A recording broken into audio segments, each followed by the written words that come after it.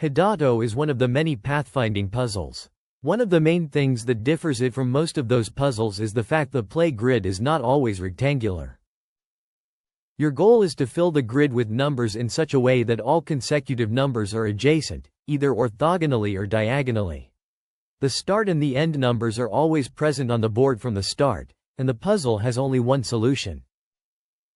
The key to solving a Hidato puzzle is looking at the grid carefully. All the values on the board except for the smallest and the biggest need to have exactly two consecutive numbers adjacent, a smaller one and a bigger one. So we should start with cells that are the only possible way to connect two values that differ by 2.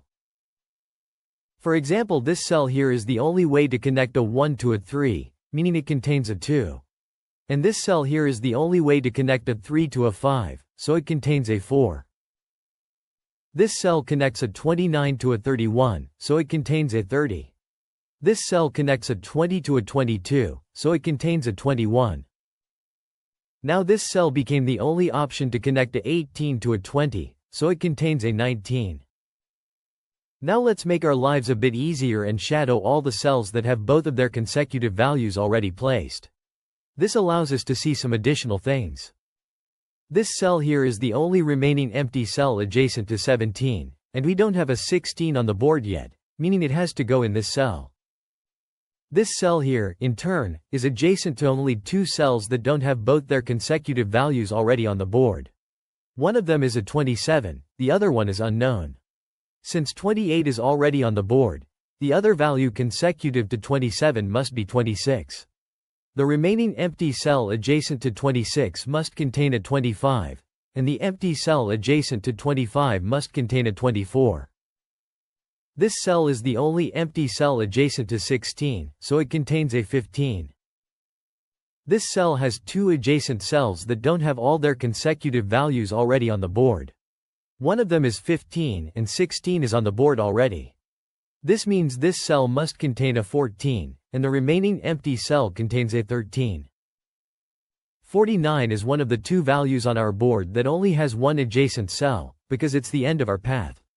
But 48 is not on the board yet and there's only one empty cell adjacent to 49, meaning it must be located there. At this point we only have one empty cell adjacent to both 46 and 48, meaning it must contain a 47. There's also only one empty cell adjacent to both 43 and 45, so it must contain a 44.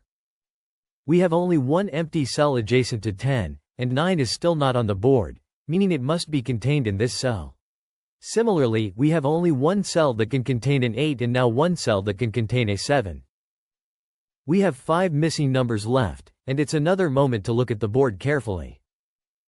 This cell here is the only empty cell between 41 and 43, meaning it contains a 42. This cell here is the only empty cell adjacent to both 33 and 35, meaning it contains a 34. This leaves this cell here as our only option for 32.